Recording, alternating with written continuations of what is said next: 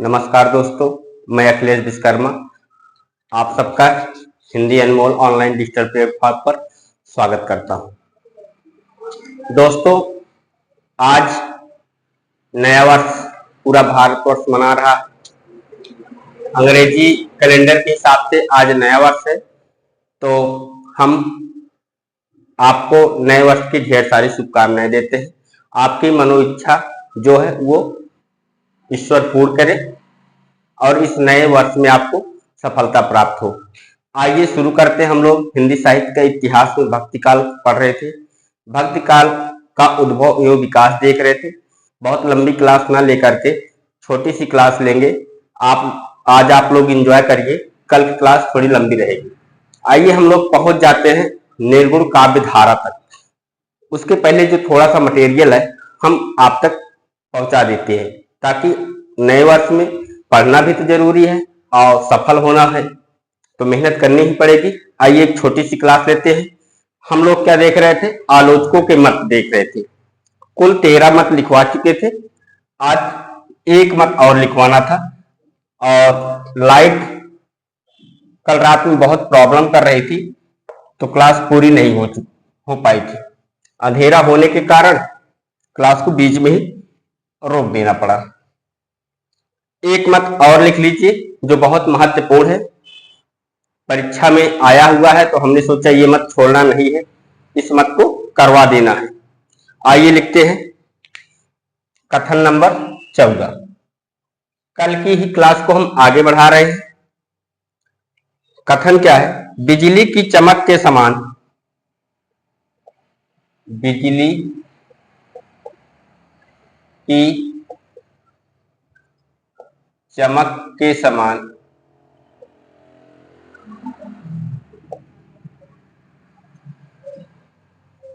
अचानक समस्त पुराने धार्मिक, अचानक समस्त पुराने धार्मिक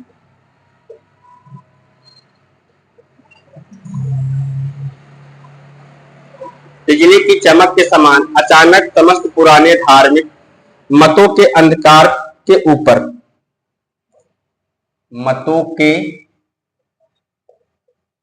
अंधकार के ऊपर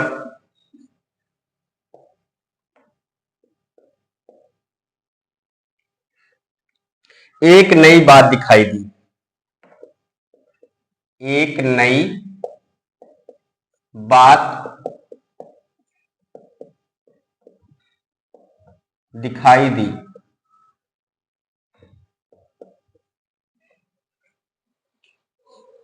कोई हिंदू यह नहीं जानता कि,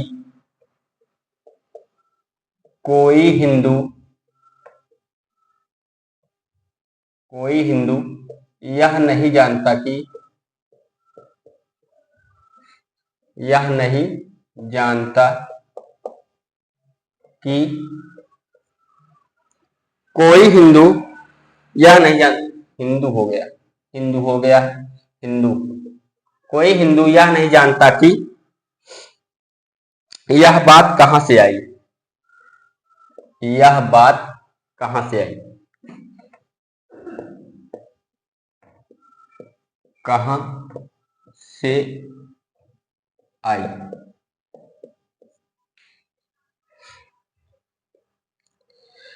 और कोई भी इसके प्रादुर्भाव के कारण, और कोई भी इसके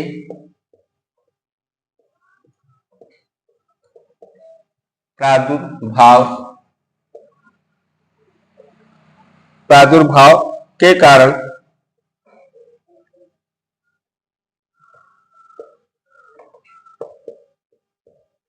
कारण निश्चित नहीं कर सकता,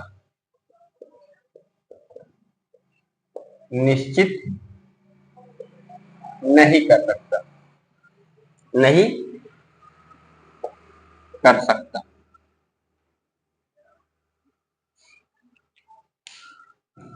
बिजली की चमक के समान अचानक समस्त पुराने धार्मिक पंथों के अंधकार के ऊपर एक नई बात दिखाई दी। कोई हिंदू या नहीं जानता कि यह बात कहां से आई और कोई भी इसके प्रादुर्भाव के कारण निश्चित नहीं कर सकता। नहीं कर सकता।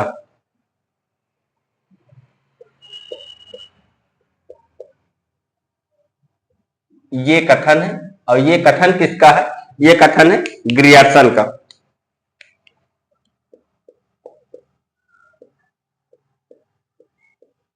किसका है? ग्रियर्सन का।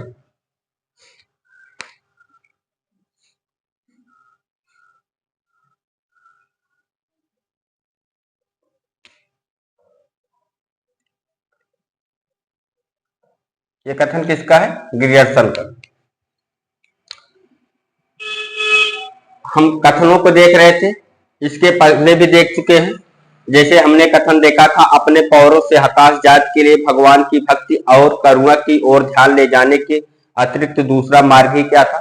ये कथन किसका था? रामचंद्र शुक्ल का।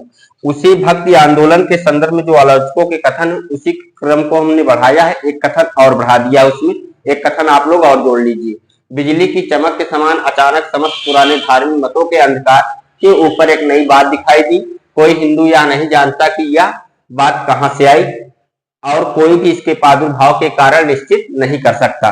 ये कथन किसका है? ये कथन है ग्रियर्सन का। आइए देखते हैं भक्ति आंदोलन का नेतृत्व करता, मतलब भक्ति आंदोलन को किसने कहां से नेतृत्व किया है, इस बात को हम लोग देख लेते हैं।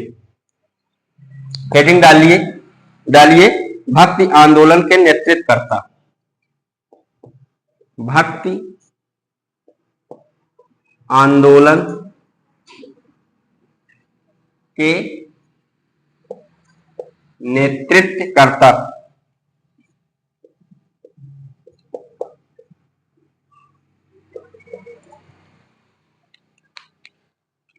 अगर बात की जाए उत्तरी भारत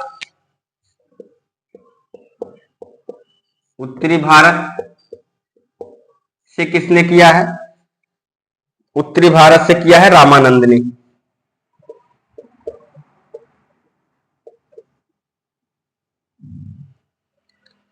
बंगाल से किसने किया?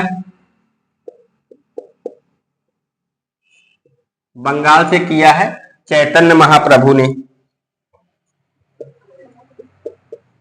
चैतन्य महाप्रभु। असम से किसने किया है? असम से किया है शंकर देव ने।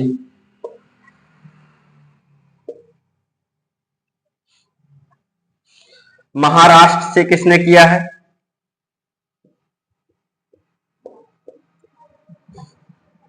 महाराष्ट्र से किसने किया है? वारकरी संप्रदाय ने। वारकरी संप्रदाय। अब वारकरी संप्रदाय में कौन कौन थे, तो नाम लिख लीजिए आप।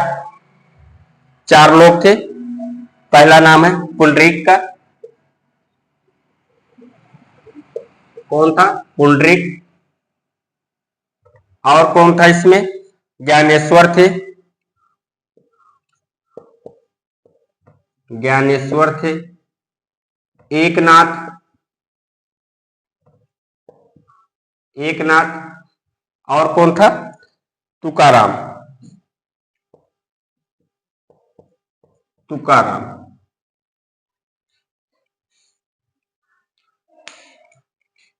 भक्ति आंदोलन के नेतृत्व की बात की जाए तो उत्तरी भारत में किसने किया? रामानंद ने। बंगाल में किसने किया? चैतन्य महाप्रभु ने। असम में किसने किया? शंकर देव ने। महाराष्ट्र में किसने किया? वारकरी संप्रदाय ने। वारकरी संप्रदाय में कौन कौन सम्मिलित थे? पुंडरीक, ज्ञानेश्वर, एकनाथ, तुकाराम। इसके अलावा उड़ीसा से लिख लीजिए आप। उड़ीसा।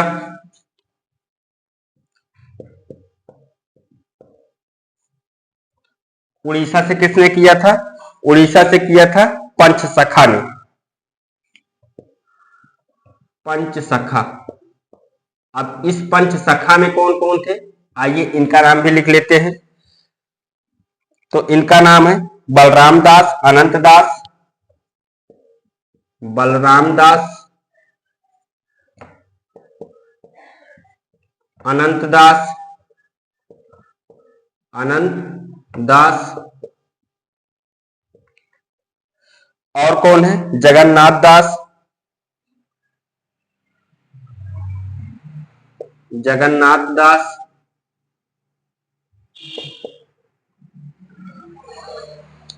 अच्युत्यानंद दास, अच्युत्यानंद दास,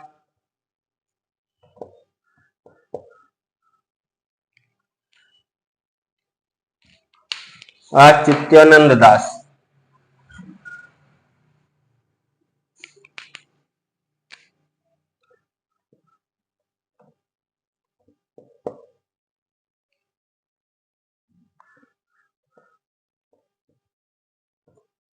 अच्युत्यानंद दास। और कितने हो गए, 1 2 3 4, अभी 4 हुए हैं। एक और कौन छूट रहा है, बलराम दास हो गए, अनंता दास, अनंत दास हो गए, जगन्नाथ दास हो गए, अच्युत्यानंद दास हो गए। छूट रहे यशोदा, यशोनंद दास। एक नाम ये भी लिख लीजिए, पांचवा कौन है, यशोनंद दास।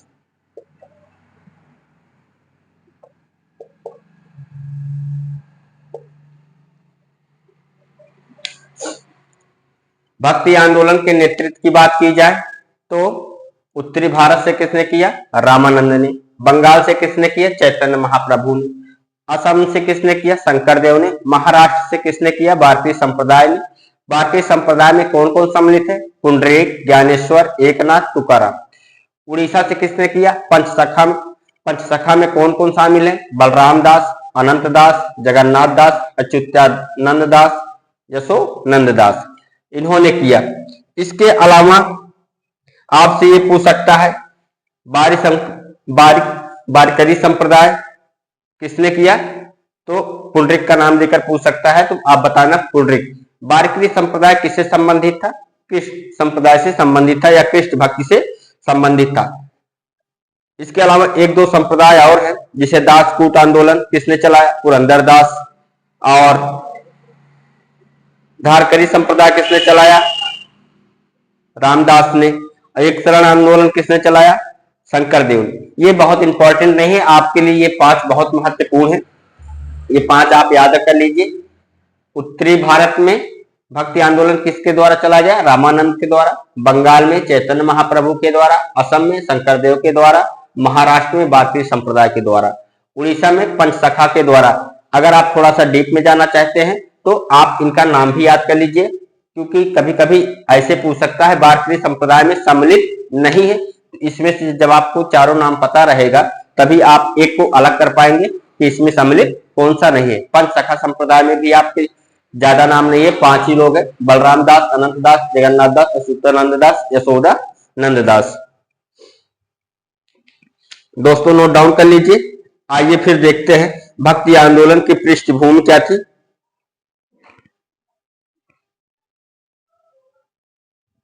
जो नीचे लिखा गया नाम है यशोनंद दास, आपको नहीं दिखाई दे रहा है, इसको एक नाम और है, इसको यहां पे लिख देते हैं नीचे से हटा करके। एक नाम क्या है इसमें और क्या है,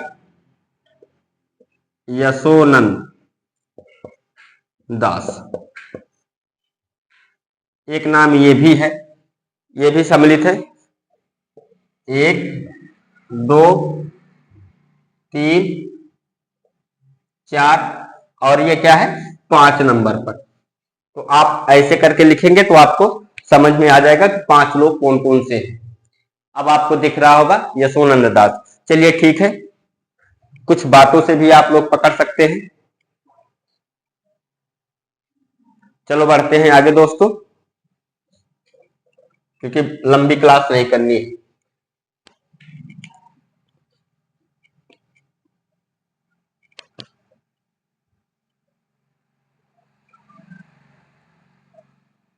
थोड़ा थोड़ा मैटर अगर आपके पास पहुंचता रहेगा तो आपको याद करने में भी आसानी होगी।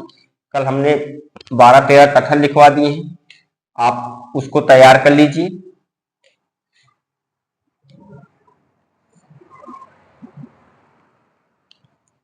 आइए देखते हैं भक्ति आंदोलन की पृष्ठभूमि।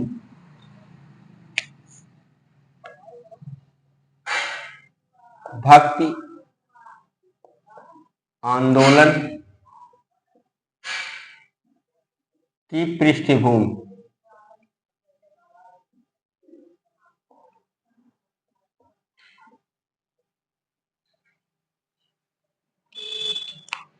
सबसे पहले राजनीतिक दृष्टि से,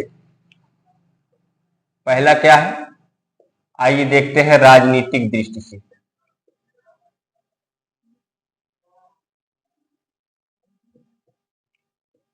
राजनीतिक दृष्टि से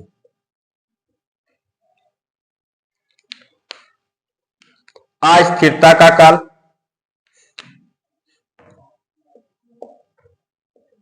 अस्थिरता, क्योंकि उस समय बहुत उथल पुथल मची थी राजनीतिक में, तो क्या बोलेंगे, अस्थिरता का काल। हिंदुओं राजाओं के पतन का काल, हिंदुओं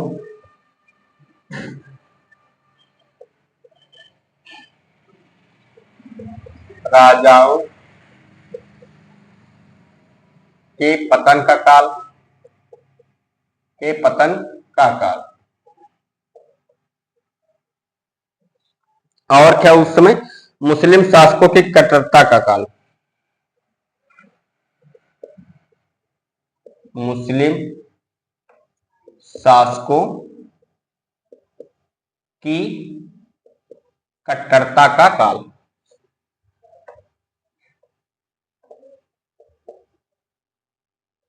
का काल। राजनीतिक दृष्टि से कैसे तैयार हुई भक्ति आंदोलन की पृष्ठभूमि, अगर राजनीतिक दृष्टि से देखा जाए, अस्थिरता का काल था, हिंदुओं राजाओं के पतन का काल था, मुस्लिम शासकों की कट्टरता का समय था वो। धार्मिक दृष्टि से देखा जाए,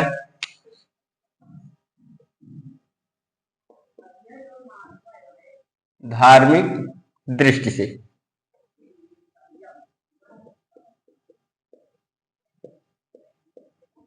धार्मिक दृष्टि से देखा जाए तो क्या था, हिंदू मुस्लिम वैमनस्य था, हिंदू मुस्लिम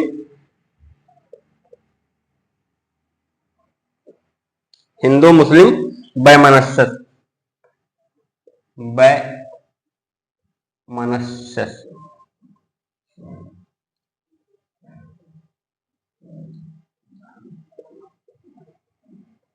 वैमनस्य था, और बाह आडंबरों का बोलबाला था, बाह आडंबरों का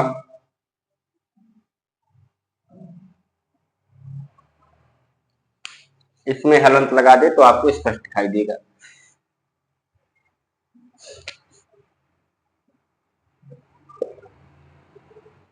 बाह आडंबरों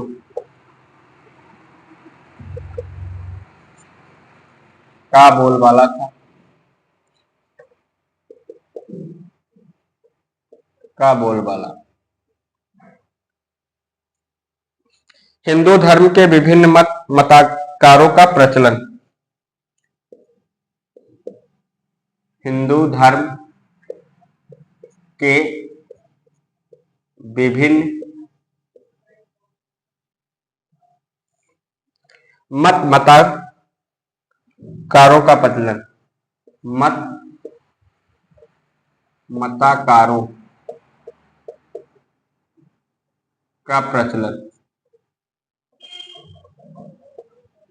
क्योंकि उस समय जो हिंदू धर्म थे उनके मताकारों का, उनके मतों का क्या हो रहा था, प्रचलन होना चालू हो गया था। सामाजिक दृष्टि से देखिए, किस किस दृष्टि से देख सकते हैं? राजनीतिक दृष्टि से देख सकते हैं, धार्मिक दृष्टि से देख सकते हैं, आर्थिक दृष्टि से देख सकते हैं और सामाजिक दृष्टि से भी देख सकते हैं। तो आइए देखते हैं सामाजिक दृष्टि से। सामाजिक दृष्टि से क्या था उस समय? मध्यम एवं निम्न वर्गों की दयनीय स्थिति थी। मध्यम एवं निम्न वर्गों की दयनीय स्थिति थी।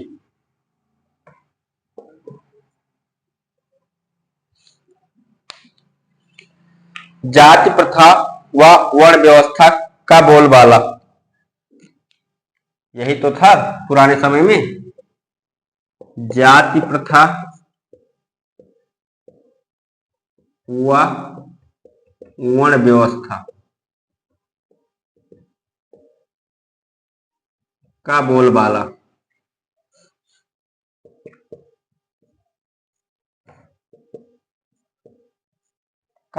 था।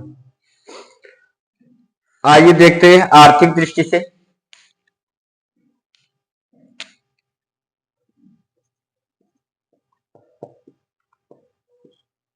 आर्थिक दृष्टि से कैसा था? कृषि एवं पशु चारण, कृषि एवं पशु चारण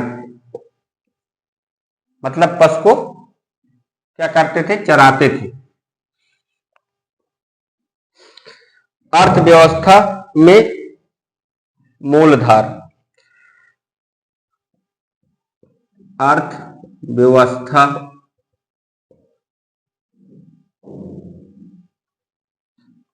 के मूलधार मतलब अर्थव्यवस्था का कोई मूल आधार नहीं था। किस पे आधारित था? कृषि पे ही आधारित था या पशु पे ही आधारित था। निम्न एवं मध्यम वर्गों की दयनीय स्थिति, इसमें भी आ जाएगी सामाजिक और आर्थिक, दोनों में एक ही बात है। निम्न एवं मध्यम वर्णों, इसमें वर्गों की, इसमें वर्णों कर दिया था। वर्णों की दयनीय स्थिति,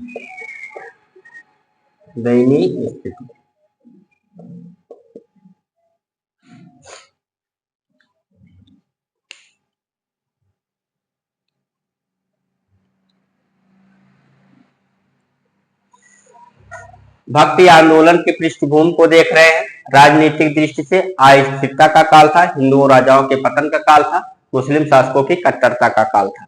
धार्मिक दृष्टि से देखें, हिंदू मुस्लिम वैमनस्य था, वह आडंबरों का बोलबाला था, हिंदू धर्म के विभिन्न मताकारों का प्रचलन था। सामाजिक दृष्टि से देखें, मध्यम एवं निम्न वर्गों की दयनीय स्थिति थी, जात प्रथा व वर्ण व्यवस्था का बोलबाला था। आर्थिक दृष्टि से देखा जाए, कृषि व पशुचारण था, अर्थव्यवस्था के मूल आधार कुछ नहीं था, निम्न एवं मध्यम वर्गों की दयनीय स्थिति थी। अब आपसे क्वेश्चन ये पूछा जाए, भक्ति काल के समय दिल्ली की गद्दी पर किसका शासन था? अगर भक्ति काल जब चल रहा था उस समय दिल्ली का शासक कौन था? तो आइए इसको भी लिख लेते हैं। हो गया होगा दोस्तों। पहले एक मत और लिखते हैं, सांस्कृतिक मत भी लिख लेते हैं हम लोग। 4 मत देख चुके हैं, इसके अलावा सांस्कृतिक मत भी हो सकता है। एक मत और देखते हैं, सांस्कृतिक मत।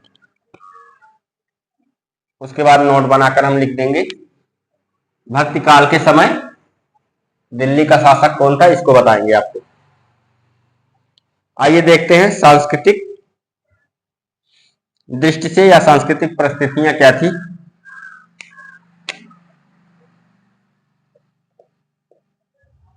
सांस्कृतिक परिस्थितियां,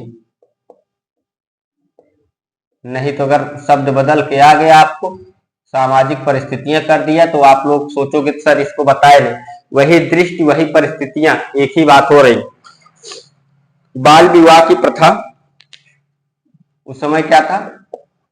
बाल विवाह की प्रथा, इसका प्रचलन था। हिंदू मुस्लिम संस्कृतियों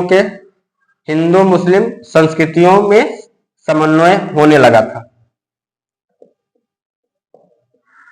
हिंदू मुस्लिम के संस्कृतियों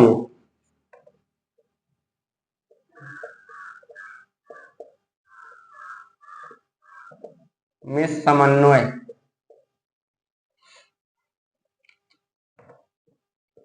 समन्वय होने लगा था।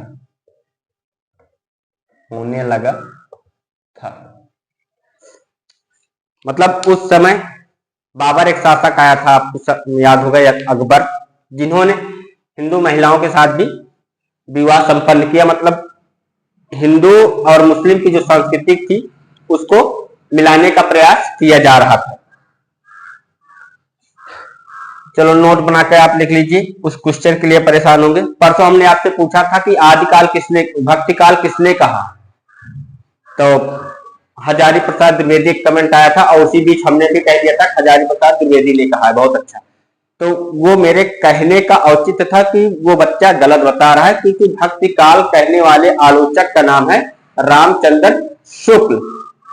जो क्लास भक्ति काल की पहली क्लास हुई है उसमें शायद मैंने ये बात कही है, एक बच्चे ने मुझे ध्यान दिलाया, तो उसका ये औचित्य नहीं है कि मैंने किसी के कमेंट को पढ़कर ये बता दिया कि हजारी प्रसाद द्विवेदी बहुत अच्छा। तो आप ये समझ लो, हमने आपको साफ साफ लिखवा दिया है, काल विभाजन करवाते समय आपको एकदम स्पष्ट बता दिया है कि भक्ति काल आचार्य रामचंद्र शुक्ल ने कहा है, और उनका जो मत है, समय का मत है, वो सर्वमान्य है।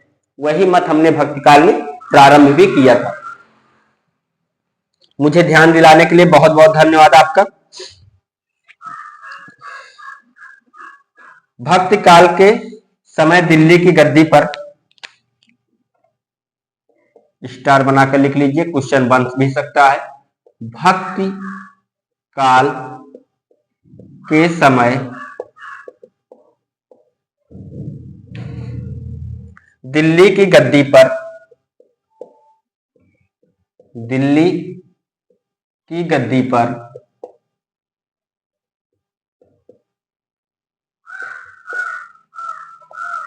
भक्ति काल के समय दिल्ली की गद्दी पर मोहम्मद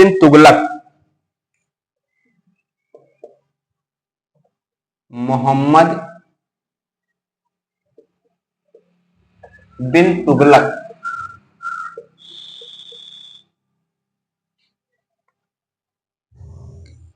का शासन था।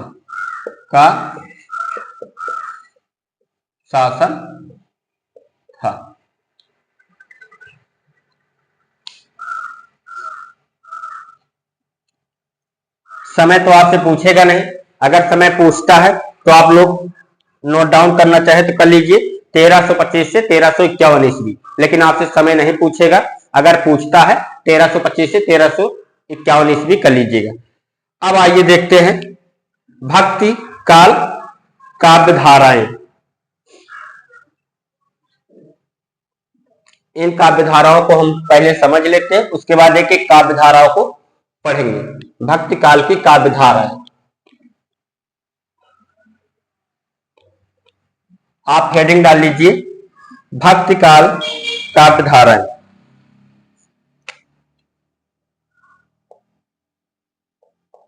भक्ति काल काव्य धाराएं।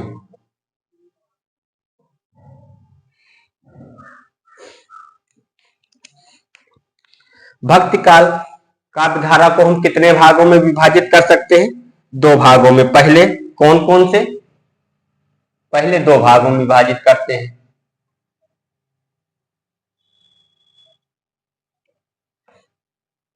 कौन कौन से? निर्गुण भक्ति काव्य धारा और सगुण भक्ति काव्य धारा। एक में लिखिए आप निर्गुण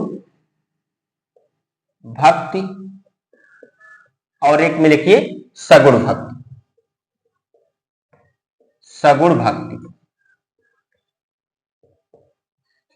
अब इस निर्गुण भक्ति को हम फिर दो भागों में विभाजित कर सकते हैं।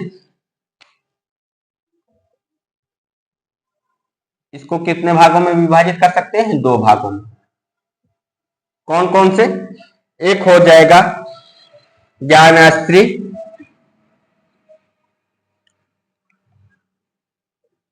ज्ञानाश्री ज्ञानाश्रयी काव्य और दूसरा क्या हो जाएगा? प्रेमाश्री काव्य। प्रेमाश्री काव्य। ज्ञानाश्री काव्य को संत काव्य धारा कहा जाता है। संत काव्य धारा। और प्रेमाश्री काव्य को क्या कहा जाता है? सूफी काव्य धारा। सूफी काव्य धारा।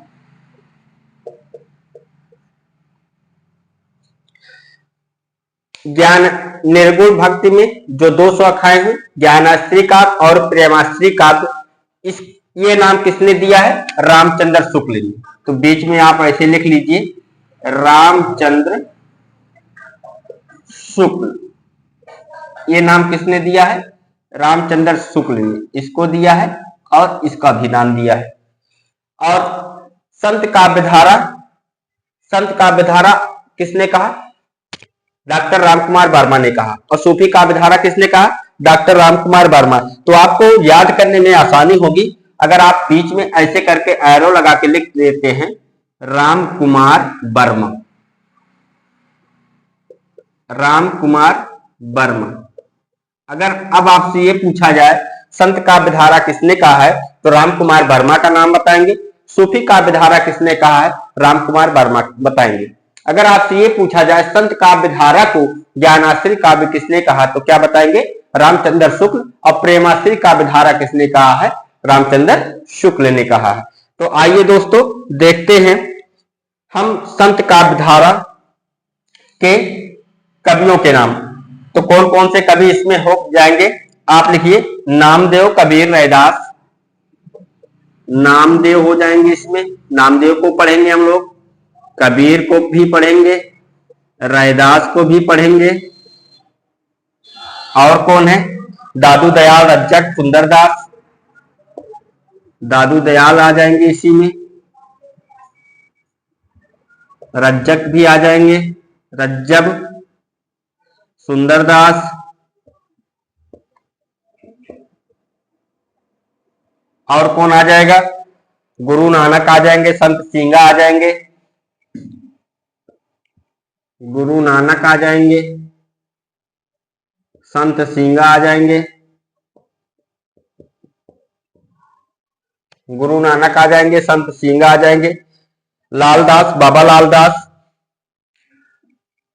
यहां पे भी लिख देते हैं बाबा लालदास, बाबा लालदास और लालदास इत्यादि इत्यादि। क्योंकि बहुत नीचे लिखने से आप लोगों को दिखाई नहीं पड़ेगा। नामदेव, कबीर, रैदास, दादू दयाल, सुंदरदास, गुरु नानक, संत सिंगा, बाबा लालदास, लालदास इत्यादि। अब आइए देखते हैं प्रेमाश्री काव्य धारा के कवियों के नाम। तो कौन कौन से हो जाएंगे? जायसी, कुतुबुन मंझन, जायसी, कुतुबुल मंझन,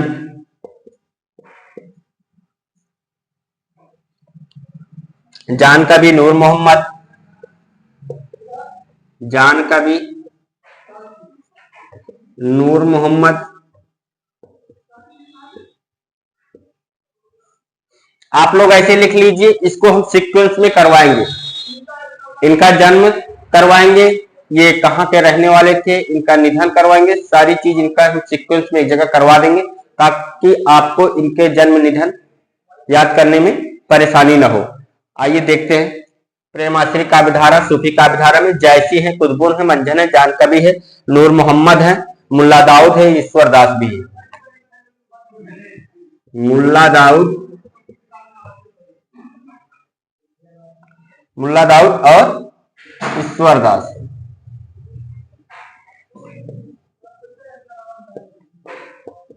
ईश्वर दास ये किस में हो गए? ये हो गए सूफी काव्यधारा या प्रेमाश्री काव्यधारा में। सगुण भक्ति में आइए देखते हैं, सगुण भक्ति में कौन कौन है। तो सगुण भक्ति को दो भागों में बांटा जा सकता है, पहला राम भक्ति और दूसरा कृष्ण भक्ति। राम भक्ति और दूसरा कृष्ण भक्ति। कृष्ण भक्ति, राम भक्ति में कौन कौन आएंगे? रामानंद आएंगे, अग्रदास आएंगे, ईश्वरदास आएंगे, तुलसीदास आएंगे। इसमें लिखिए रामानंद आएंगे और अग्रदास,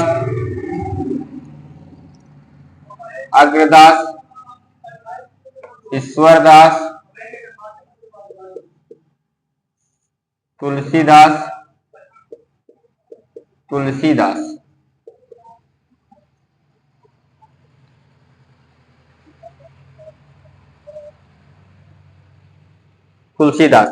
इन्होंने प्रबंधात्मक का, इस समय क्या लिखा गया? प्रबंधात्मक काव्य लिखा गया, मुक्तक काव्य भी लिखा गया, अवधी भाषा का प्रयोग हुआ है, ठीक। और संत काव्यधारा में सदुक्कड़ी भाषा का प्रयोग हुआ है। ऐसे करके आप लिख लीजिए। इसमें क्या हुआ है? भाषा कौन सी थी? सदुक्कड़ी। भाषा क्या थी? सदुक्कड़ी। भाषा क्या थी इसकी? सदुक्कड़ी थी। या आपके पास नीचे जगह हो तो नीचे लिख लीजिएगा। और काव्य क्या था? अगर काव्य की बात करें तो काव्य क्या था? मुक्तक। मुक्तक काव्य था उस समय। और इसमें क्या था? इसमें था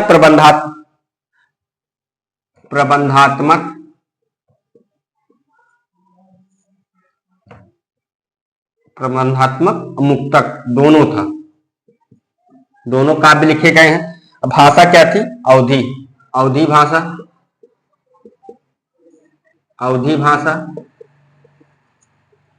और किस पे लिखा गया है? स्वतः सुखाय।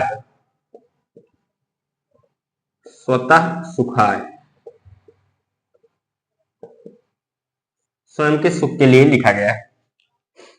आइए देखते हैं कृष्ण भक्ति संप्रदाय में निम्बार्क संप्रदाय है। निम्बार्क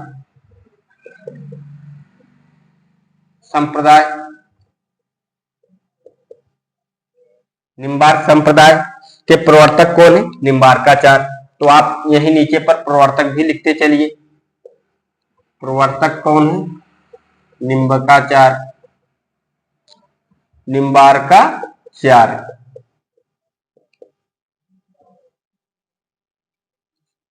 राधा वल्लभ संप्रदाय।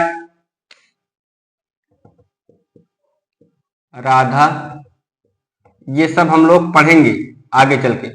राधा वल्लभ संप्रदाय, भक्ति काल में हम लोगों को यही चारों चीजें पढ़नी है। ज्ञानाश्री काव्य पढ़ना है, प्रेमाश्री काव्य पढ़ना है, राम भक्ति पढ़ना है, कृष्ण भक्ति पढ़ना है। राधा वल्लभ संप्रदाय के प्रवर्तक कौन है? हित हरिवंश है। अगर प्रवर्तक की बात करें कौन है? हित हरिवंश।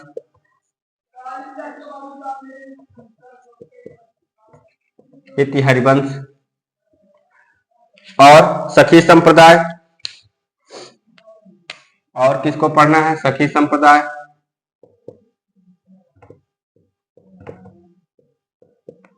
सखी संप्रदाय के प्रवर्तक कौन है?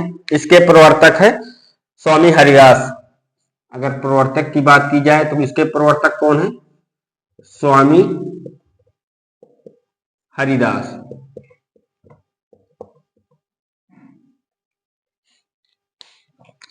वल्लभ संप्रदाय, इसे रुद्र संप्रदाय के नाम से भी जाना जाता है।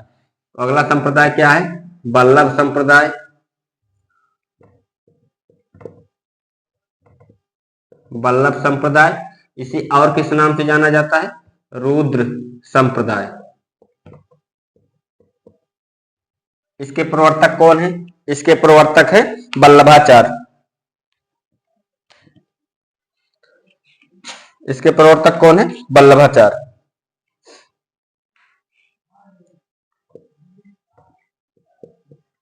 प्रवर्तक कौन? वल्लभाचार्य। वल्लभाचार्य।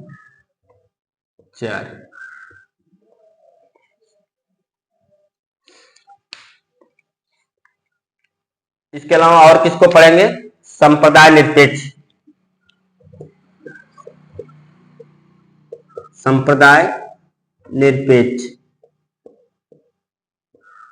जिन्होंने कोई संप्रदाय नहीं लिया है हम उनको भी पढ़ेंगे। संप्रदाय निरपेक्ष में जैसे आपके मीरा आ जाएंगे, रसखान आ जाएंगे, ऐसे कवि जो संप्रदाय निरपेक्ष से जुड़े हुए थे हम उनको भी पढ़ेंगे। तो आप संप्रदाय निरपेक्ष में मीरा, रसखान इत्यादि कर दीजिए।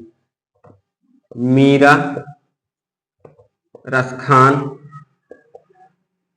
इत्यादि।